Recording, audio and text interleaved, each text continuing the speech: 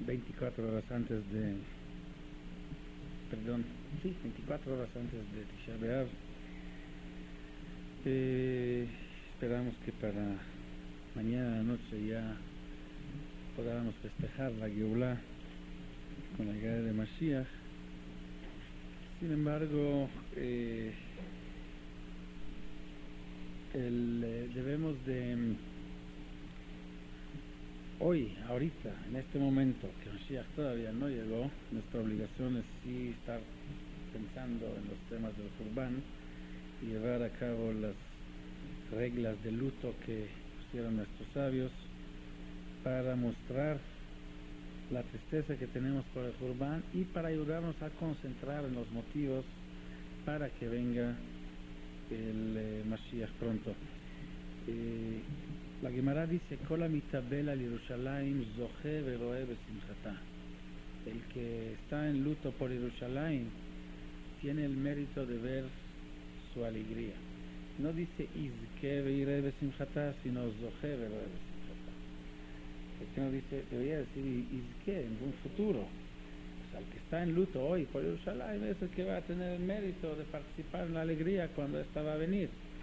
Pero dice no, zoche, ya en presente. Y esto nos indica que el mismo hecho que uno está en luto por Yerushalayim, por Beit HaMikdash, esto mismo ya es participar ya en la alegría del Beit HaMikdash. ¿Por qué? Porque cuando una persona muere, Hasu Shalom, la naturaleza es que con un tiempo que pasa se empieza a olvidar de él. Gzerah lamet shishtakach min halev. Sí, está escrito que Dios decretó y estableció dentro de nuestra naturaleza el olvido, precisamente para olvidar las cosas malas. Nosotros a veces no hacemos caso y las seguimos recordando, pero la naturaleza es olvidar de lo malo. Y debemos de recordar lo bueno. Yo siempre digo que nosotros actuamos al revés de lo que deberíamos de hacer. Las cosas, cuando hay una fiesta, una alegría, ¿qué hacemos? Tomamos fotos, traemos un fotógrafo y todas las fotos las ponemos en un álbum. Cuando nos pasan cosas malas, no traemos fotógrafo para filmar las tragedias o las cosas malas, pero sí los recordamos en el corazón. Donde deberíamos hacer exactamente lo contrario. Las cosas malas, a lo mejor tomar foto y dejarlo ahí en el álbum y ahí olvidar de él. Y las cosas buenas, recordar dentro de nuestra mente, dentro de nuestro corazón. Pero la naturaleza es sí olvidar de lo malo para que no se vaya a acumular. Si no hubiéramos olvidado, se hubiera acumulado todas las tristezas, todo lo malo y no podríamos vivir, no podríamos soportar a nosotros mismos con tanta tristeza, tanto dolor acumulado. ¿Ah? Vamos a llegar a Jobam Etavidash. La prueba primero, antes de eso, de que hay una naturaleza de olvidar, tenemos de Jacob Avinu. Jacob Avinu no olvidó de Yosef durante 22 años, no pudo recibir consuelo por Yosef. Y esto mismo le indicó a Jacob que su hijo Yosef está vivo, porque si estuviera muerto ya se hubiera olvidado de él. El hecho que no pudo olvidar de Yosef, este mismo le indicó que Yosef está vivo.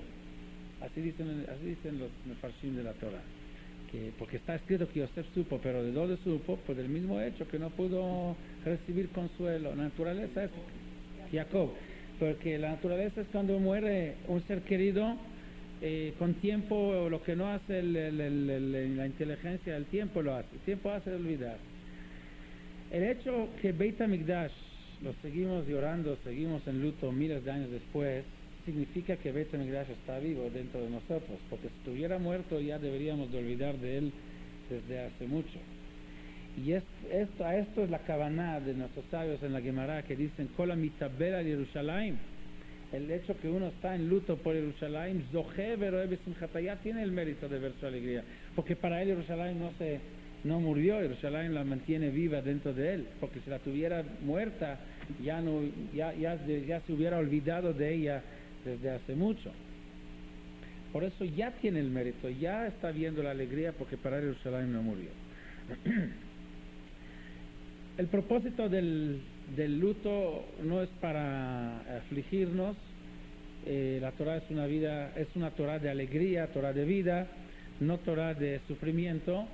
El motivo, el propósito del luto es para tomar las lecciones correctas, llegar a las conclusiones adecuadas para poder mejorar y poder traer el cambio. Una generación, dicen nuestros sabios, que Beit HaMikdash no se construyó en su tiempo, es como si se destruyó en su tiempo. Y por lo tanto, el hecho que no se construye todavía es porque algo no estamos haciendo bien. Es como si igual como la generación donde se destruyó, decimos que ¿por qué se destruyó? La Gemara dice, Beit HaMikdash Harishon Harab, ¿por qué? Mipnei Gimel Dvarim Shayu bo, Avodah Zarah, Gilui Arayot Ushfichut Damim. O sea, entendemos que para que se destruya Beit HaMikdash en aquella generación deberían de hacer algo que lo amerita. Lo mismo sucede en nuestra generación, porque también en nuestra generación se destruyó Beit HaMikdash. El hecho que no se construye es como si se destruye. Y si se destruye Beit HaMikdash en nuestro tiempo es porque algo no estamos haciendo bien. El segundo Beit HaMikdash, dice la Gemara, Shayu oskim batorah b'mitzvot ub'gemilut chasadim, mipnei macharab, mipnei shayta bo sinat chinam. ¿Cuál de los dos jurbanot, las dos destrucciones, es peor? ¿La del primer Beit HaMikdash o el del segundo? ¿Qué generación estaba en peor situación? ¿Ah? Porque vemos que ya tenemos mucho más tiempo de...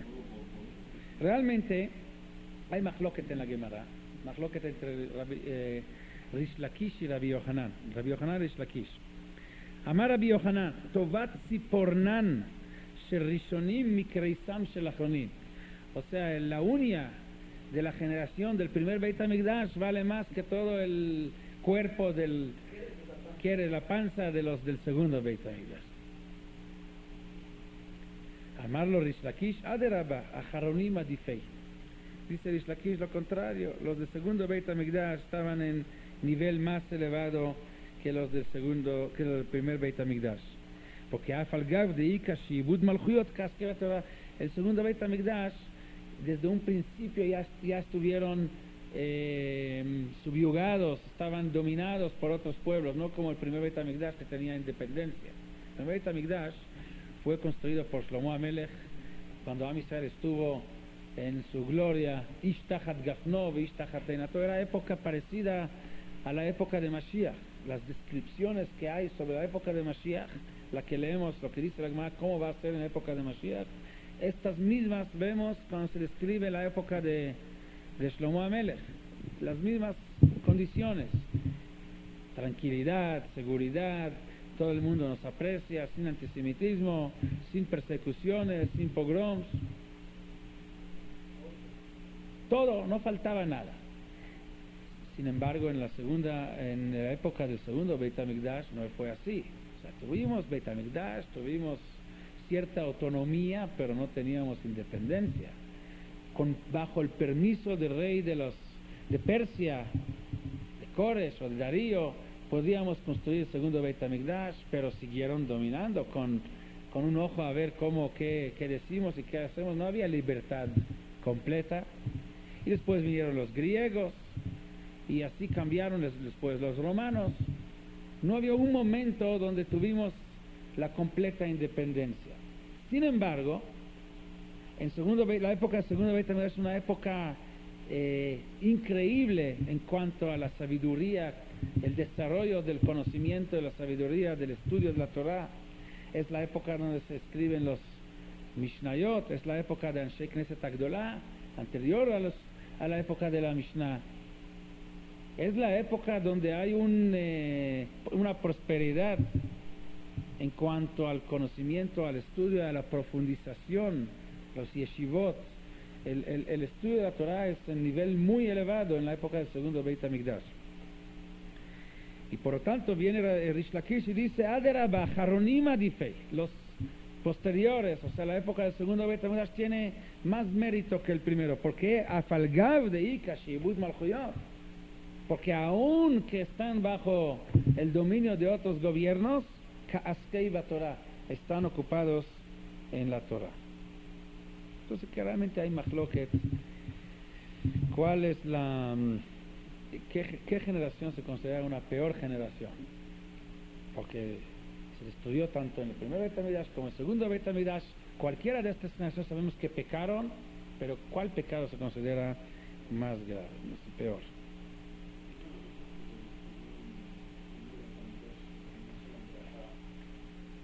Sobre la Torah. Sí. Sí, hay que entender lo que significa esto, que nos decía en la Braja. La verdad es de que el segundo Beit HaMikdash, como dijeron todos inmediatamente, vemos que se extiende el galut mucho más que en el primero. Es un galut que duró tanto, que esto mismo nos indica que es más grave su situación. Así dice la Gemara en Masejet Yomá: Rishonim shenitgala avonam, nitgala kitzam. Achronim shelo nitgala avonam, lo nitgala kitzam.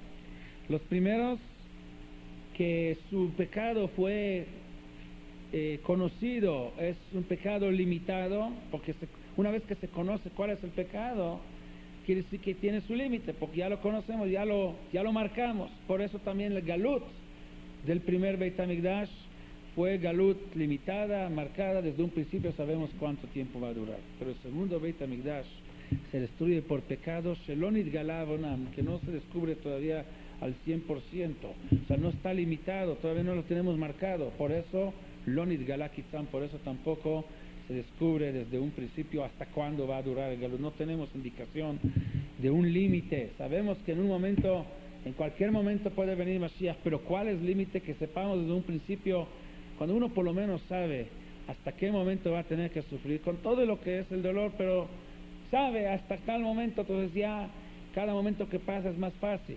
Pero no se dijo, lo único que nos dijo es que va a haber Geulah, pero ¿cuándo va a ser? No sabemos. Quiere decir que finalmente vemos que el segundo Beit HaMikdash, la destrucción del segundo Beit HaMikdash es una peor situación que la destrucción del primero. La pregunta es ¿por qué?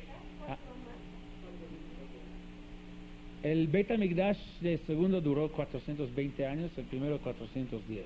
Duró 10 años más. Dijimos que los motivos de la destrucción del primer Beit HaMikdash son Giloy Arayot, Avodat Zarah y Shfichut Damim. O sea, los tres pecados más graves. Sí.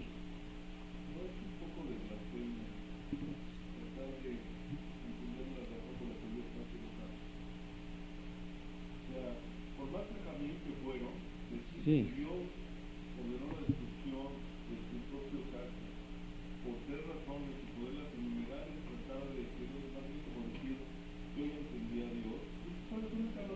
Mira, y Dios es por una idea definida y el hombre es capaz de ponerla y ponerla en un libro. Depende quiénes son los que tratan de entender a Dios.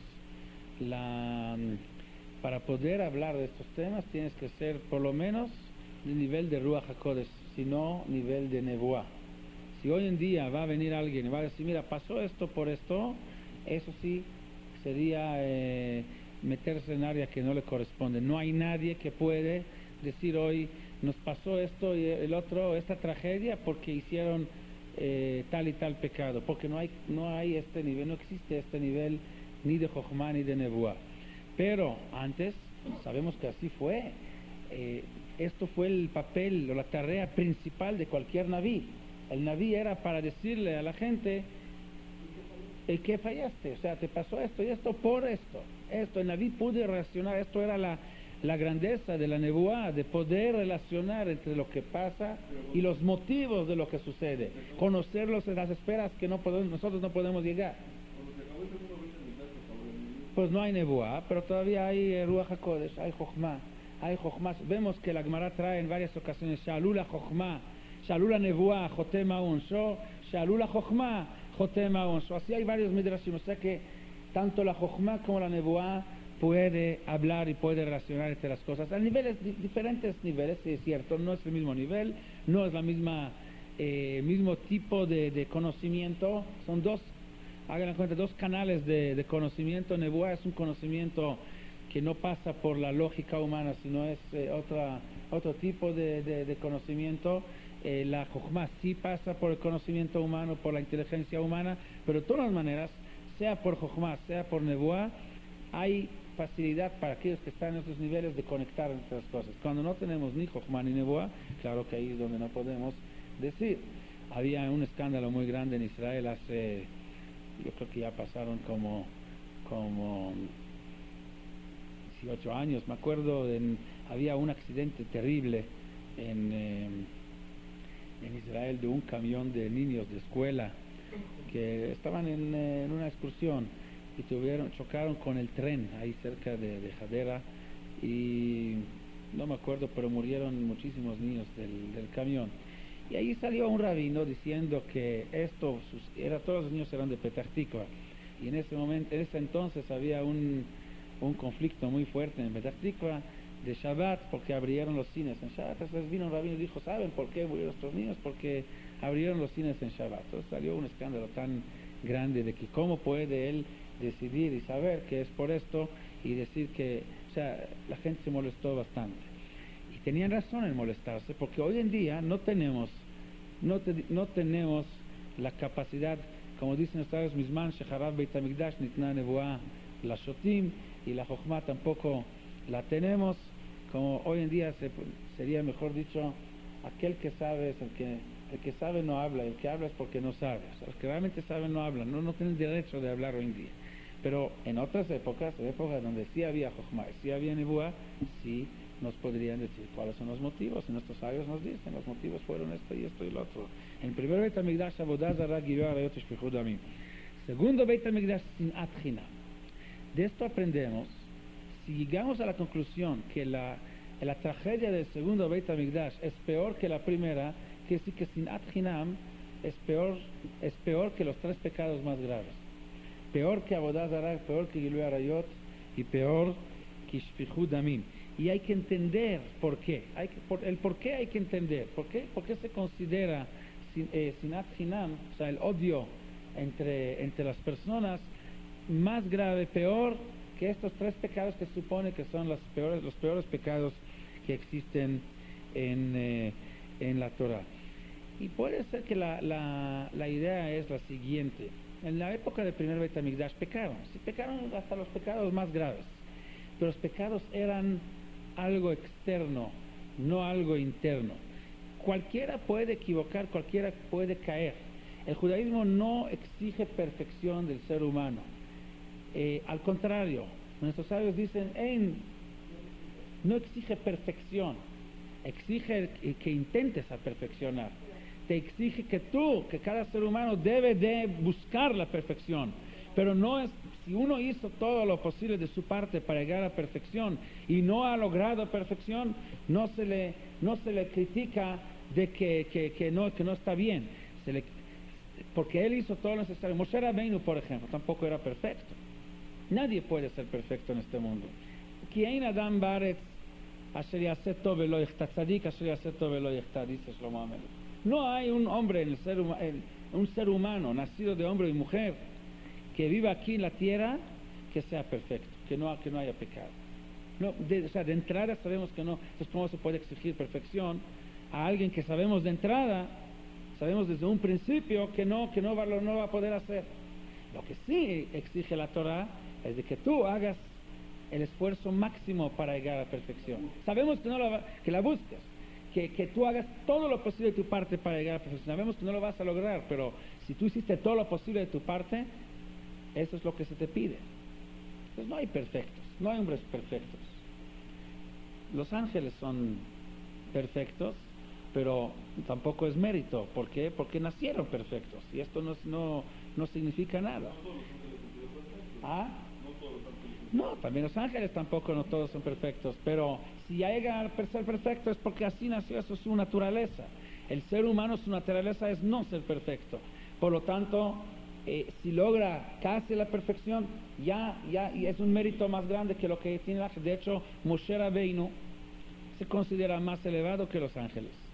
Así dice la Gemara en Masejet Shabbat.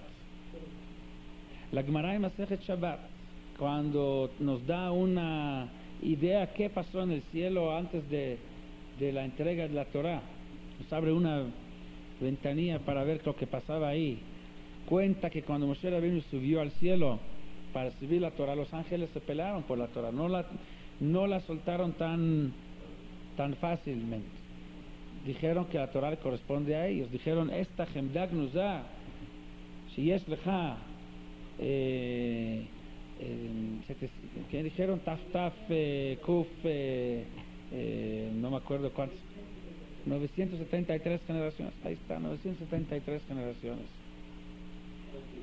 Taf Kuf Ain Gimel Dorot Lifnei Briat Haolah, tantas generaciones antes de la creación del mundo.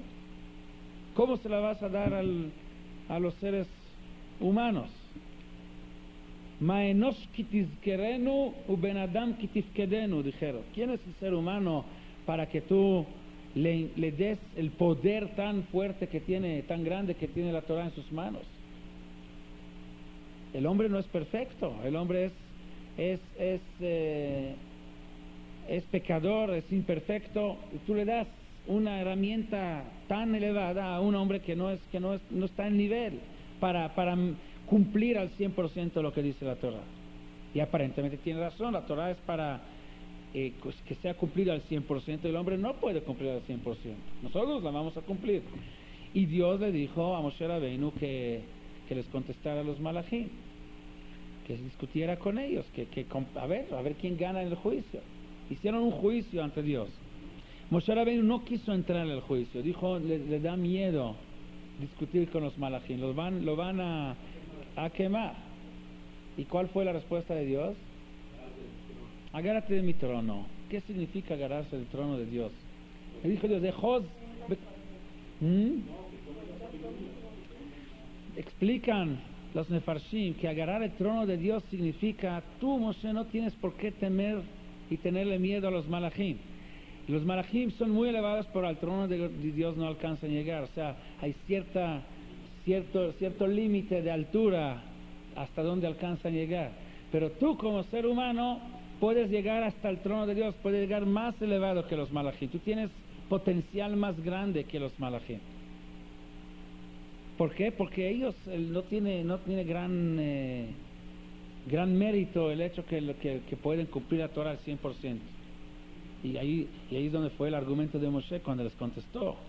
Ustedes, la Torah dice Lo tignov, ustedes tienen Yetzer Hara para robar. La Torah dice Lo tinaf, tiene Yetzer Hara para adulterio. No existe todo esto, entonces no tiene gran mérito, no nada de mérito el hecho que no roban, el hecho que se... O sea, trajo una serie de mitzvot mostrando que no es para los malajim. O sea, el ser humano puede llegar más elevado que el ángel, por lo mismo de que desde un principio sabemos que no es perfecto. Por eso es parte del mismo asunto. Entonces, el ser humano sabemos que va a caer. Sheva pamim pol tzadik vekam, va a caer, esa es la naturaleza del ser humano. El ser humano que va a decir que él ha sido perfecto, que nunca ha pecado, que nunca ha fallado en nada, que ha sido Kadosh Mirechem del principio hasta el final. Entonces esto mismo es su pecado, es de mentira, de mentiroso. No tendría sentido, exactamente. Abraham vino, se había equivocado, Yitzhak se había equivocado, y todos, hasta los más elevados que han vivido en la historia. Moshe Rabbeinu, que es el hombre más elevado, también se ha equivocado, pero muy poquito, eso sí. Ojalá estos se vean sus pecados, sí, pero no hay perfección. Entonces el hombre cae, pero Sheva Pamim Yipol Tzadik Vekam. Tzadik es aquel que su búsqueda, como mencionamos antes, es la perfección. A esto se dedica, a buscar la perfección, y cuando cae, por eso se vuelve a levantar. Él sabe que se cayó, reconoce su su caída, reconoce su error. Y no porque se había equivocado, entonces ahorita va a buscar cómo justificar y convertir el error en algo que así debería ser. O sea, ¿qué hace la gente para no tener que reconocer los errores? Empieza a buscar lo justifica y dice, no, esto no fue, esto así debe de ser. Le inventa una ideología alrededor para que no sea error, para explicar que así debe de ser. El tzadik es aquel que cae, pero se vuelve a levantar, que reconoce y busca cómo mejorar, no cómo justificar. ¿Okay? Esto fue la situación de la época del primer Beit HaMikdash. Fueron pecados pero externos. En el segundo Beit HaMikdash llegó a la enfermedad, llegó a contagiar o contaminar lo interno de la gente, y es por eso está escrito Rishonim Nidgala Avonam. A eso se refiere la Gemara, Rishonim Nidgala Avonam. Dijimos que su pecado fue limitado, por eso el tiempo del Galut es limitado, pero Nidgala Avonam quiere decir la Gemara que fue algo abierto, algo externo, por eso es Galui. Pero la segunda generación, o sea, la época del segundo Beit HaMikdash, lo Nidgala Avonam, fue interno, ¿sí? ¿Por qué? Porque por fuera, ¿cómo dice la Gemara? Aval Mikdash Sheni shayu oskim batorah ubemitzvot vegmilut chasadim. Por fuera, al contrario, por fuera no se veía que están pecando. Por fuera estaban haciendo Torah, Avodah, Gmilut Chasadim, todos los, como debe de ser. ¿Cuál fue el pecado del segundo Beit HaMikdash de esa época? Sinat Hinam. Sinat Hinam es algo interno, es algo que trae uno en el corazón. Por fuera no se ve. Puede uno por fuera reír hacia el otro y el odio lo trae adentro. Quiere decir que el pecado fue algo interno, y cuando es interno es algo mucho más grave, es mucho más difícil de corregir. Todo lo que es externo se puede cambiar, se puede arreglar más fácil, pero lo interno no se cambia tan fácil. Fue Sinat Hinam. La Torah, de hecho, cuando dice no odiar, la Torah dice Lo tisna et achija bilvaveja, porque el odio es algo que traes adentro, sí.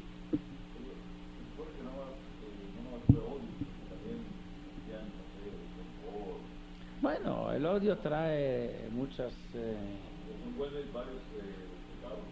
Sí, varios pecados alrededor, pero la causa principal es lo que es el odio, la Sinat Hinam. Y es algo interno, esto afecta el interior, y cuando afecta el interior es algo más grave. Puede ser que el primer también hicieron pecados que al parecer son más graves, pero mientras son externos y en el interior uno quedó limpio, entonces esto significa que por más grave que fue el pecado, pero lo reconoce y lo va a cambiar, lo va a corregir. Cuando es algo interno, aunque es nada más cuestión de Sinai y no de Avodah Zarah, pero es algo que está afectado el interior, es algo que no se va a corregir tan fácil. El Meshech Chochma explica el pasuk Im yiyu chataechem kashanim kasheleg yalbinu im ya'adimu katola katzemer yiyu. Está escrito en la Gemara, en Masechet Shabbat, en Yerushalmi, que había una gran diferencia entre la época del primer Beit HaMikdash y el segundo Beit HaMikdash. El primer Beit HaMikdash, cuando en Yom Kippur se hacía el Seder Avodah, sabemos que la forma de saber que a Am Israel ya se le expiaron sus pecados, ¿cómo era? Cuando se llevaba el animal, el chivo expiatorio, se llevaban a la Azazel, en el Beit el hilo que se le habían amarrado, era hilo rojo, se convertía en blanco, y esto era la señal que se expiaron los pecados. Está escrito en Yerushalmi, Masechet Shabbat, que en el primer Beit HaMikdash el hilo, cuando se convertía en blanco, el rojo en blanco, se hizo blanco como nieve, kasheleg yalbinu, como era blanco de nieve significa 100% blanco. Pero en el segundo Beit HaMikdash allá malbin ketzemer, o sea, también se blanqueaba, pero a lo mejor era un blanco no tan blanco, era como la de la lana, no como la nieve. Ese es otro blanco, otro un poco más beige, sí. Okay. Okay. Dice el Meshech Chochma, esto lo dice la Gemara, dice el Meshech Chochma, dice aquí, dice que era por lo siguiente, Shani Chut Lavan Betzeva Adom. ¿Qué es Shani? Era Chut Shani, ¿verdad? Lo que era el hilo rojo que se tenía que convertir en blanco. ¿Qué es Chut Shani? Chut Shani realmente es un hilo blanco, nada más que está tenido en rojo. Chut Shani es lana, y la lana nunca hay lana naturalmente roja, es lana con su color natural que fue tenida, que tiene pintada, que tiene color rojo. Quiere decir que por dentro realmente es blanco, nada más por fuera es rojo. Y esto es lo que era en la época del primer Beit HaMikdash. Era como Chut Shani, que por dentro blancos, por fuera estaban pintados de rojo, y a eso se refiere la Gemara cuando dice Mikdash Rishon Nitgala Adonam. Su pecado fue galui, fue abierto o descubierto externo, pero interiormente en su corazón estaban llenos de amor uno hacia el otro. Cuando hay amor uno hacia el otro, quiere decir que hay Chochma también, porque la Gemara dice en Masechet Kiddushin Et Vaev Besofá. El pasuk Et Vaev Besofá se refiere a los Talmidei Jajamim shemitnatzchim ze im ze ba'alajá, pero besofá, al final quedan uno amando al otro. Entonces el mismo hecho que querían uno al otro significaba que en el interior hay Torah, que en el interior hay la base es Torah.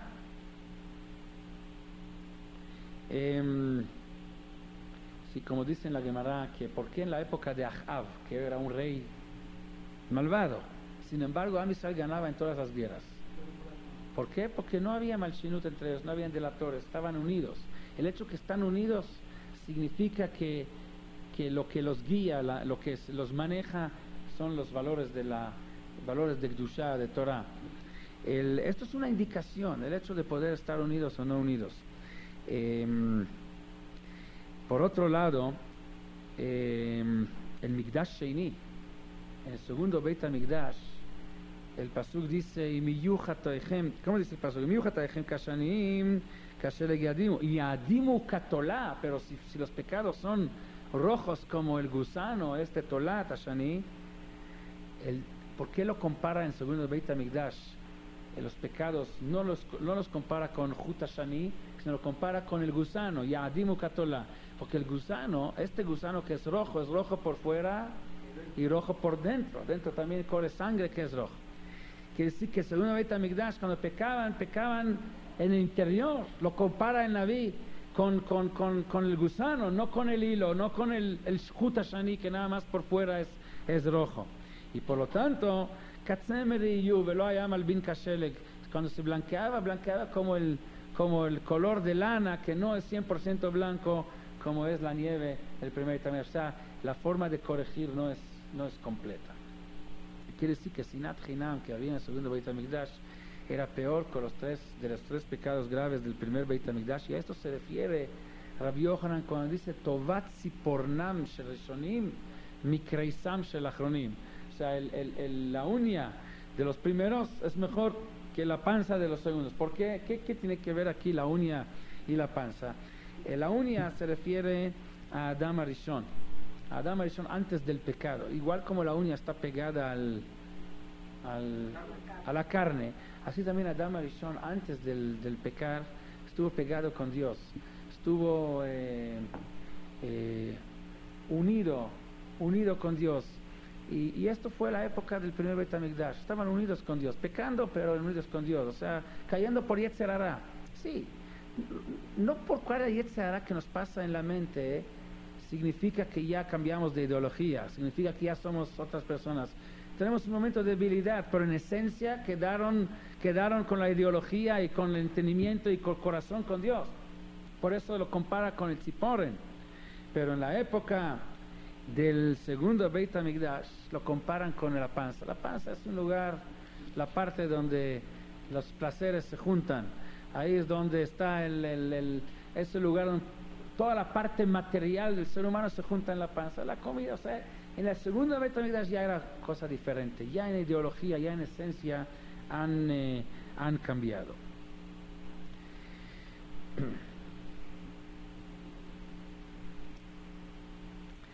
nosotros decimos que alrededor de Purim, alrededor de Tisha B'Av, mencionamos 3 veces la palabra Eja. Eja, Esa levadit orjachem masachem verivchem, dice Moshe Rabbeinu en Parashat Dvarim. Yeshayahu Hanaví dice, Eja itale zona kirya neemana, en Chazon Yeshayahu, primer capítulo de Sefer Yeshayahu. Y Yirmiyahu Hanaví dice en Megilat Eja, Eja yashva badad, Air Rabati Hamaita que almaná. Estas 3 expresiones de hija representan, dice el Midrash, 3 niveles de Am Israel en sus diferentes épocas. Mashal matronita, dice el Midrash, Shayula Shalosh Meshartot, o sea, una dama que tenía 3 sirvientas, y a una la vio en su mejor época, a la otra la vio cuando estuvo cometiendo el error, y la tercera la vio ya cuando se estaba perdiendo completamente. Así es la razón del Midrash. משל למטרונית שהיו לה 3 שושבינים, אחד ראה אותה בשלוותה, אחד בפחזותה, ואחד ראה אותה בנבלותה. כך משה ראה את ישראל בשלוותה. Moshe Rabbeinu vio a Am Israel en su mejor época, en shalva. Shalva significa tranquilidad, en tiempo bueno. Moshe. Yeshayahu ראה אותם בפחזותם, o sea, cuando están cometiendo errores. Pachzutam significa precipitados, cuando uno actúa sin pensar. Yirmiyahu ra'ah otam benivlutam, ya cuando están completamente perdidos. Y uno pregunta, como siento que Sami quiere preguntar, Moshe los vio beshalvatam en la época de... ¿Ah? Oh, y en Moshe había muchos problemas. En la época de Moshe tantos pleitos, tantos pecados, becerro de oro, los meraglim, Kibrot Atava, Meimeriva, o sea, cada parashá en Sefer Bamidbar es de otro mal comportamiento de Am Israel. Entonces, ¿cómo puede ser Beshalvatam? La respuesta es que en diferencia a las otras épocas, en la época de Moshe, pecaron, pero no fue en esencia, o sea, otra vez, era como el tziporen, como dijimos, pegaros a Dios y pecando. Y Yetzerara, está bien, tiene una debilidad en un momento, pero no es porque su ideología es pecar, es porque en un momento de cansancio, estar en el desierto, no aguantaron. Yetzerara pasó por su mente y le dice, quiero carne y no me gusta el maná, pero no es porque se alejó de Dios. Y en un momento que Moshe les hizo ver que están equivocados, Am Israel se corrigió su...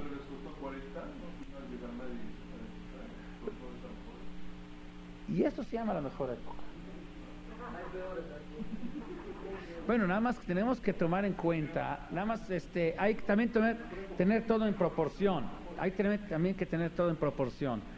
Cuando la Torah nos comenta los pecados, pero no nos comenta cuántas épocas y cuánto tiempo duró entre un pecado y el otro. Sabemos que estaban 40 años en el desierto, y en esos 40 años se mencionan justo los momentos malos donde quejaron, ¿sí? Pero ¿cuánto tiempo duró cada queja de esta? Nos suponemos que un par de días, semanas, ok. Entonces, ¿y qué pasa con todo el resto del tiempo? Esto no se habla. O sea, la Torah, por un lado, no exige perfección, pero sí exige la búsqueda de perfección. Y por lo tanto menciona nada más lo malo de lo que hicieron. O sea, tanta la Torah es verdad que normalmente con un libro de historia que cada pueblo escribe, que trata de esconder los momentos malos, se trata de hacer que sobresalgan los momentos buenos. La Torah lo contrario, lo bueno no lo menciona. En 40 años, ¿sí?, hay 6, 7, 8 historias de dificultades, Pero esto es el Yotze min haklal shemelamed al haklal. Esto es lo que sale de la regla que nos indica cuál es la regla. Quiere decir que fuera de esto no había ningún problema durante 40 años. Estos tiempos de Shalva.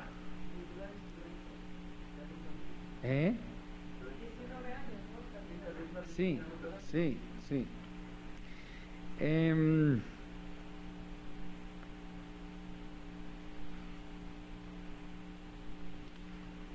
la época de Irmiyahu, Hayashva Badad, o sea, ya está completamente desconectado. Badad significa desconectar, o sea, la misma idea que dijimos antes entre el primer Beit HaMikdash y el segundo Beit HaMikdash. En la época donde estás todavía conectado con Dios, esto se llama Shalva. En la época donde dice Badad, donde estás ya desconectado de Dios, esto ya no es Benivlutá. Y esto es lo que hace la gran diferencia entre, a pesar de que ahí se trata en el primer Beit HaMikdash de los 3 pecados graves, pero el segundo Beit HaMikdash Sinat Hinam, pero es algo interior que indica que es algo ya está mal por dentro. Y a eso se refiere Yeshayahu cuando dice en Chazon Yeshayahu, Lulei Hashem tzvakot otir lanu sarid kimat kisdom ainu vela'amorad aminu. Casi fuimos como Sdom, hubiéramos sido como Sdom y Amorá. ¿Qué quiere decir que Sdom y Amorá?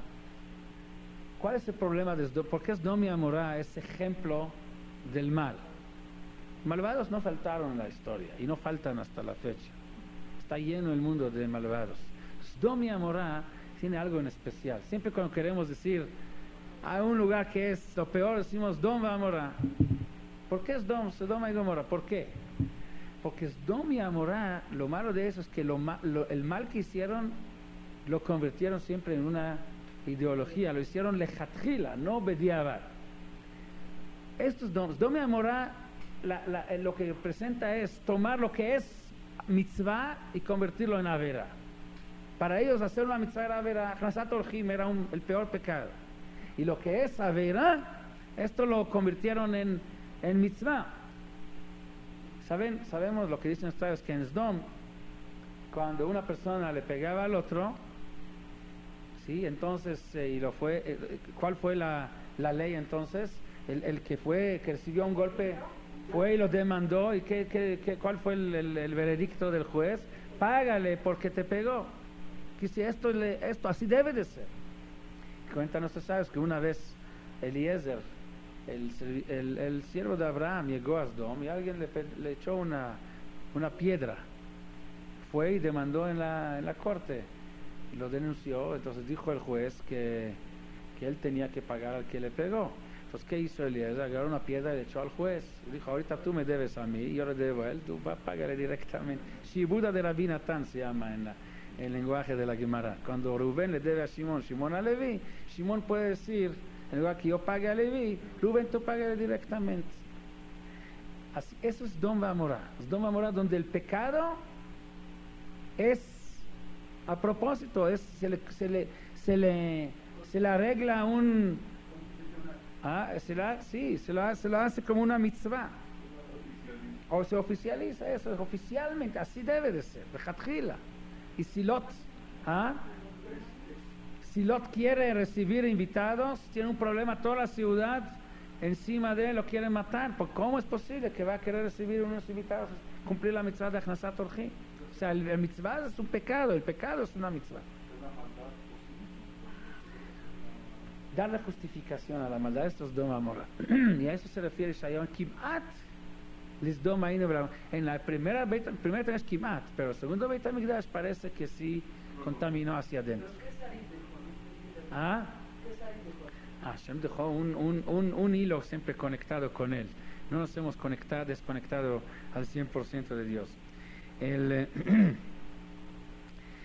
Entonces, el segundo Beit HaMikdash, el Galut del segundo Beit HaMikdash sigue hasta la fecha y la esencia del pecado del segundo Beit HaMikdash, dijimos, es el hecho que ya contaminó por dentro y que el hecho que se contaminó por dentro significa de que no hay reconocimiento en el pecado, se convierte el pecado en una ideología.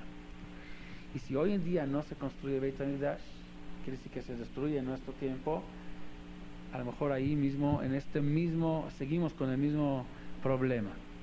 Y ahí es donde quiero leer un poquito del libro de Rabbi Shimshon Raphael Hirsch. Shimshon Raphael Hirsch vivió hace 150 años aproximadamente. Escribe varios artículos sobre Tisha B'Av, y es el último, de hecho, el sexto artículo, tiene 6 artículos sobre Tisha B'Av. El último, hace 150 años, escribió, por lo menos dice, lo escribió hace 150 años este artículo. Lo escribió, si quieren saber con más exactitud, lo escribió en el 1856, este artículo que voy a leer. Yo creo que las palabras de él hablan por sí mismas, no requieren ninguna interpretación. Normalmente no me gusta leer tanto, pero en esta ocasión creo que vale la pena hasta leer palabra por palabra textualmente lo que dice, porque sigue siendo tan actual como si lo hubiera escrito hoy mismo. Pero no vamos a leer palabra porque ni el tiempo lo tenemos. Dice él que el hecho que tenemos 5 días de ayuno durante el año nos indican que la destrucción de Beit HaMikdash no fue algo de golpe, algo que pasó en un momento, sino fue un proceso. Por eso tenemos varios días de ayuno, los que representan los diferentes momentos importantes en el proceso para llegar al... no tenemos que estar tan interesados en la situación económica de hoy. Aún en la época más difícil, tanto por dentro como por fuera, no podemos decir, no tenemos permiso de decir, como dice el pasuk en Haggai, no llegó el tiempo de que se construya la casa de Dios. Siempre, en cualquier época, en cualquier tiempo, debemos de actuar y cumplir nuestra tarea como Yehudim, acercar a nuestros hermanos a las palabras de Dios y a la Torah. Cada tiempo es apropiada y preparada y adecuada para esta tarea, y por más que se aumentan las desgracias y las condiciones nuestras se hacen más difíciles, así más cerca está la Geulah y Mashiach se está acercando.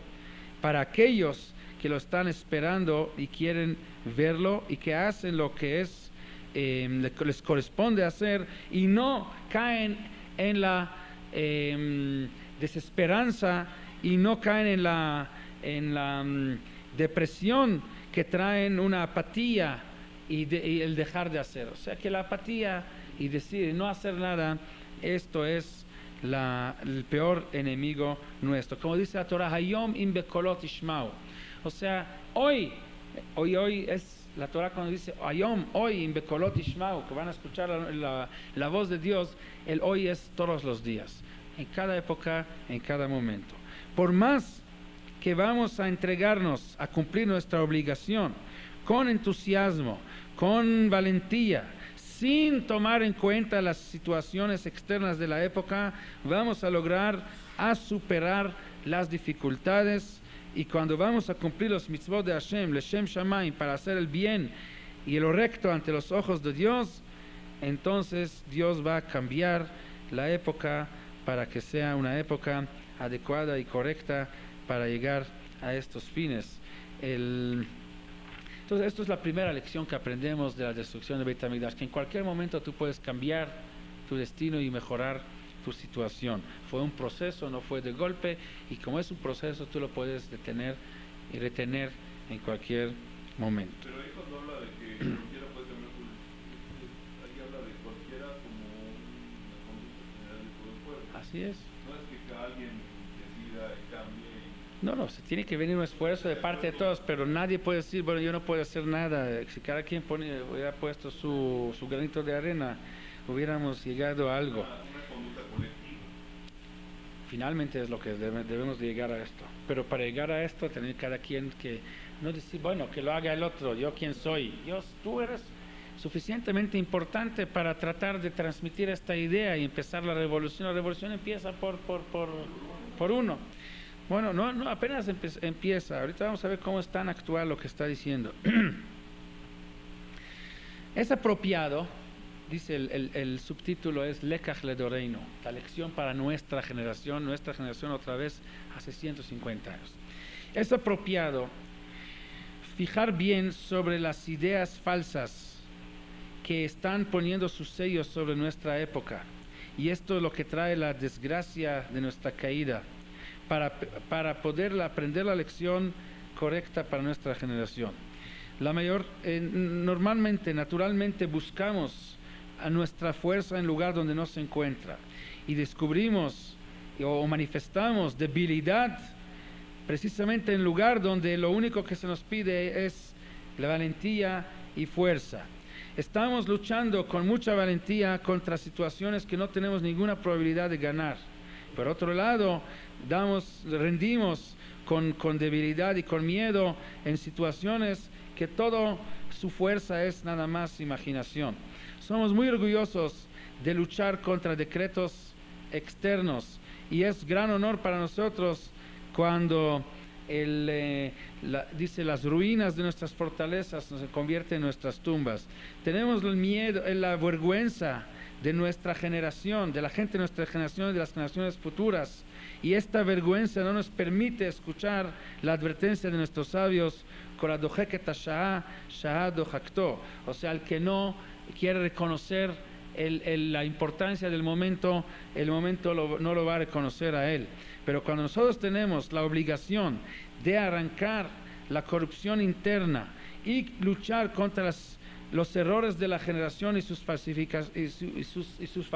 falsedades, entonces lo justificamos con el argumento: ¿quién puede nadar contra la corriente de la generación? Y esto es la palabra clave. Contra esto dijo el Naví Haggai: Aet lachem atem lashevet bebatechem sfunim b'abait hazeh harer. Es tiempo para quedarse en la casa mientras la casa está destruyendo, quedarse callado. Cuando las cosas se refieren hacia nosotros, es muy difícil para nosotros aceptar las necesidades del tiempo. Vamos a poder ceder nuestros placeres, nuestras comodidades, las costumbres de nuestras vidas, porque la lógica y la situación del tiempo nos piden ceder algo.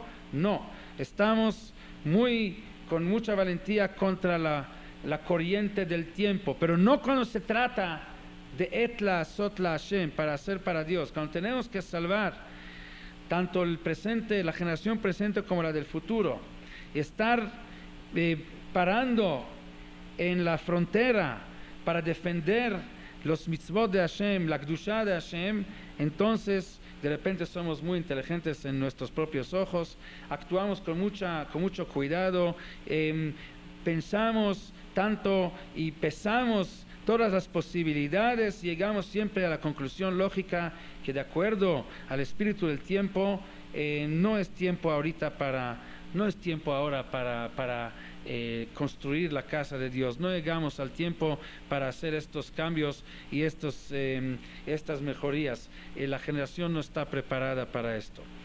O sea, lo que quiere decir es que el Yehudí está dispuesto a luchar contra todo el mundo. El Yehudí ha sido revolucionario en todos los aspectos de la vida. El comunismo ha sido promovido por Yehudim, el capitalismo también por Yehudim.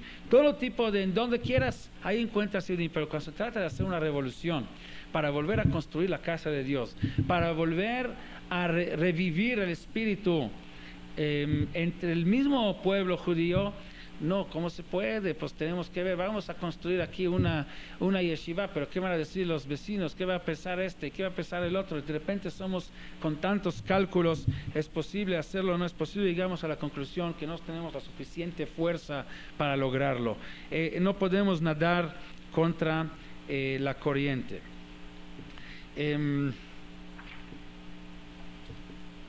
Aquí hay otro párrafo interesante. Ruach Hazman, el espíritu del tiempo, la corriente del tiempo. ¿Qué tanta fuerza está contenida en estas palabras? Es un concepto que trae bendición y maldición y tiene mucha influencia sobre los seres humanos. Perdón, aquí me equivoqué. Es otro párrafo que quería que quería leer. Sí, dice, hace 20 años, dice él, 1830, los dirigentes, los gobernadores de Europa creían que ya se tranquilizó la tierra, ya terminó la época de las guerras y empezaron a renovar las ruinas y construir de nuevo las ruinas del mundo, tratando de encontrar las semillas que podrían hacer crecer un nuevo futuro.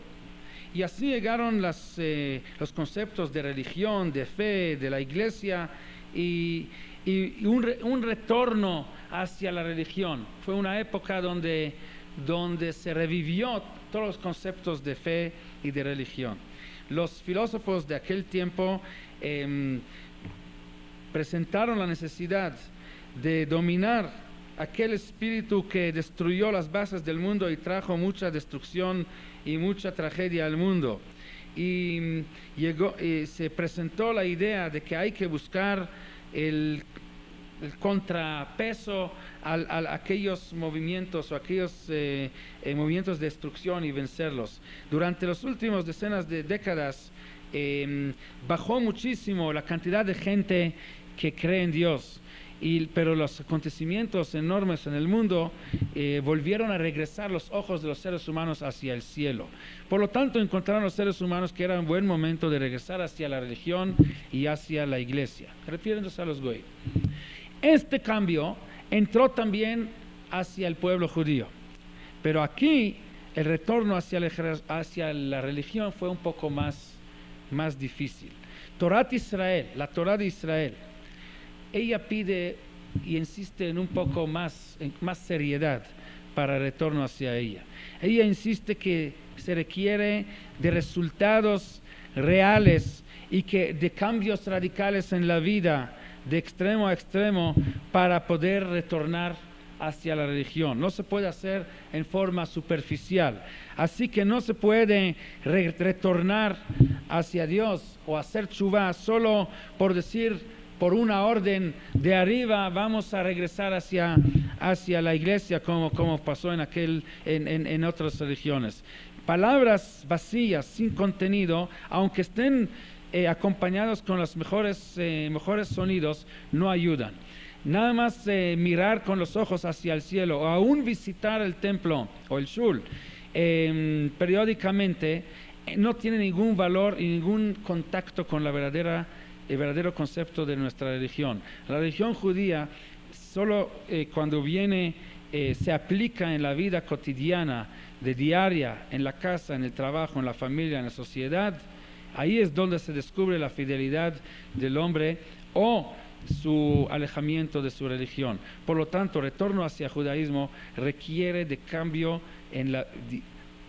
real en la vida. Y el alejamiento del judaísmo también se manifiesta en la vida diaria, haciendo cosas que contradicen los mitzvot de la Torah. Los fieles al judaísmo no se manifiestan, no se reconocen con sus palabras, sino con sus hechos. Y como todo el mundo retornó hacia la religión con palabras, también los Yehudim querían retornar en aquella época con palabras. Por lo tanto, se creó la necesidad de adaptar y modificar el judaísmo hacia la necesidad de la época y cambiar su esencia de acuerdo al espíritu del tiempo. Mientras fue de moda en las demás religiones de alejarse y negar la religión y la iglesia, también lo hacían así los judíos. Los judíos también quitaron el yugo y ni siquiera hicieron un intento de presumir de que ellos siguen la religión judía.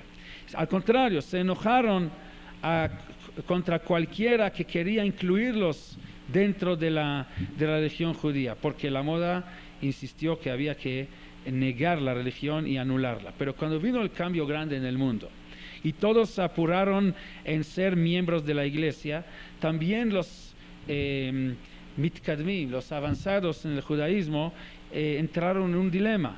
No podrían seguir negando la religión porque la moda fue de sí regresar hacia la religión. Pero regresar en forma completa tampoco era posible, porque esto significaría ceder ciertas libertades en la vida, ciertas costumbres, y cambiar la esencia de la vida. La vida de la Torah, que es la fuente de la alegría y la felicidad de la que las cuidan, se convierte en un yugo muy pesado para aquellos que rebelaron contra ella. Cuando estaba en ese dilema, siempre las dificultades son las madres de todos los mejores inventos. O sea, como dicen, hay un dicho que la necesidad es la madre de todos los inventos. También aquí había una necesidad, como lo fundamental era cumplir con la obligación de la moda, se tenía que relacionar de nuevo con la religión y no aparecer ante los no judíos como los renegados que no reconocen la religión. Entonces había que vestirse con una vestimenta de religiosidad externa para poder parecer como si sí están conectados. Porque ¿qué saben los goyim sobre la esencia del judaísmo y la importancia de ella? Al contrario, para ellos una religión que esté muy cercana a la religión de ellos todavía puede encontrar más gracia ante sus ojos. En fin, se encontró la solución. Construyeron templos preciosos, enormes, ostentosos, en las ciudades más grandes para todos aquellos que no creían en el judaísmo. Adoptaron el concepto,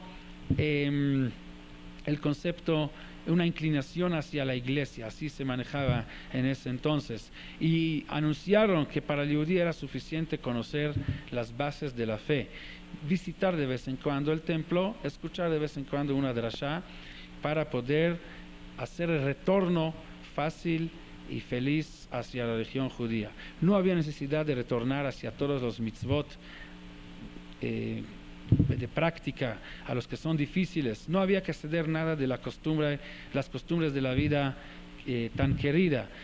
Solo con un apoyo económico al templo, visitándolo cada más o menos un cuarto de año, o inclusive una vez al año, ya recibió el título de un hombre religioso ante los demás pueblos. Y cuando llegaron a esto, no podían quedarse así. Lo que hacían antes externamente, ahora lo empezaron a hacer también hacia lo interno. Esta religión, entre comillas, que al principio fue inventada para ganar gracia ante los extraños, ante los demás, ahora tiene que iluminar también hacia adentro. Los que estaban casi fuera del Mahané de Israel, de repente se convirtieron en los que caminan por delante. Los revolucionarios se hicieron los dirigentes. El ofender la Torah se convirtió en una mitzvah. La ligereza ya se convierte en una señal de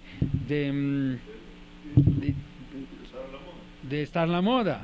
El judaísmo fue demandado a reconocer que el negar la Torah, ¿sí?, como la cúspide de la meta del judaísmo, ¿sí?, se demandó que se deba de reconocer, de negar esto.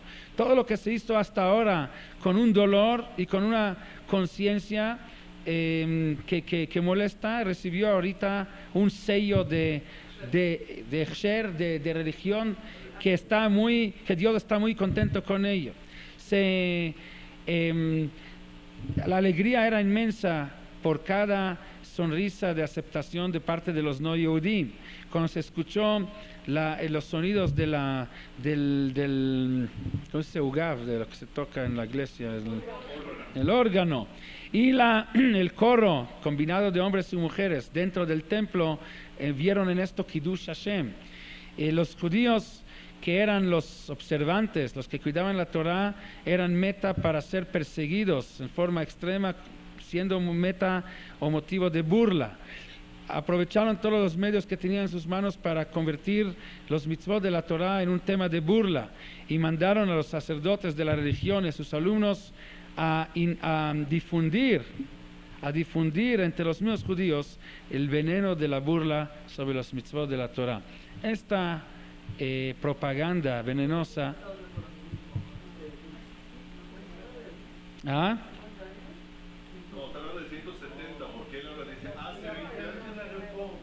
170 años.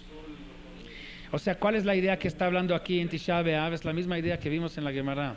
Cuando se toma el pecado y se convierte en ideología, cuando se le da todavía una gushpang, un sello de Hechsher, que así debe de ser lechatchila.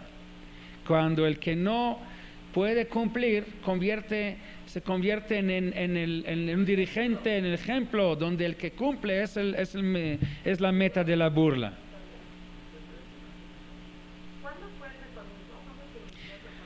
Él habla aquí de hace 150 años, él hace 170 años, porque esto lo escribió en 1856 y él dice que 20 años después empezó todo esto. 20 años antes, sí. Entonces en 1836, sí, pero al principio todavía no fue como una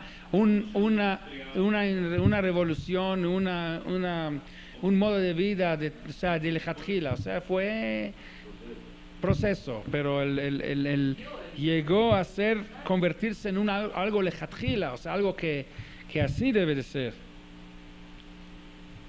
Sigue, la verdad es que podemos seguir, el artículo es muy largo, pero bueno, vamos al final entonces, porque el final es para arreglar.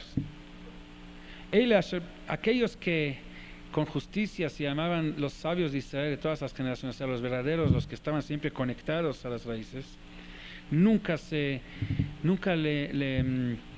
asustaron de lo que es el espíritu del tiempo, de lo de la moda. La moda no cuenta, no rindieron. Ellos sabían que lo que se llama el espíritu del tiempo o la moda no es más que una vanidad, y cuando esto contradice a la Torah eterna, entonces el pasuk que domina ahí es el pasuk en Iyov, y yo sé, Vani Adati, Geoli Chai Vacharon Lafol Yakum, dice Dios, yo sé que el final lo que va a quedar es lo que es eterno, no lo que es moda. Moda es algo pasajero. Vani Adati Geoli Chai Vacharon Lafol Yakum, o sea, como dicen, el que haría el último ríe mejor. Los sabios de Israel sabían que el espíritu del tiempo no es más algo que está dentro de nosotros, y todos tenemos parte de ella. El espíritu que vive entre nosotros, esto es parte verdadera del espíritu del tiempo. Toda idea que se realiza por nosotros, hablado o en acción, esto es lo que hace el espíritu del tiempo. No es de que existe la moda la hace el ser humano, es algo que está dentro de nosotros. Y si nosotros decidimos que la moda nuestra es la moda de seguir la Torah como estuvo desde siempre, esto va a ser la moda. Nosotros somos los que hacemos la moda. Y por más de que la acción es más decidida o la palabra es más voz alta, así más es nuestra influencia sobre la moda, y no permitimos que la moda influencie sobre nosotros. Es lo que sabían nuestros sabios. Y por más que se debilitó el reconocimiento de la verdad y la fe, así también vieron siempre a ellos mismos, los sabios, más autorizados y más obligados de agarrar más fuerza y más entusiasmo para anunciar y avisar la verdad en el mundo, y ser no solamente aquellos que lo dicen, sino también aquellos que lo cumplen. Solo la mitzvah de Dios es la que define las acciones o la falta de acciones de ellos, de aquellos que realmente están conectados con la Torah. El contenido de su vida se llegó a manifestarse en sus testimonios sobre Dios y sobre su Torah sagrada, tanto en teoría como en acción, en una práctica.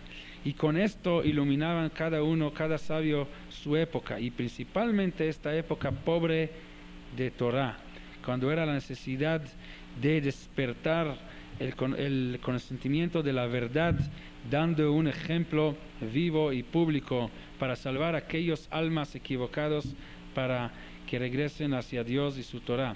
Mientras no se marchitó la naturaleza del ser humano de aceptar el bien y aceptar la verdad, existe la posibilidad de aquellos que saben dónde está la verdad de tener influencia sobre ellos.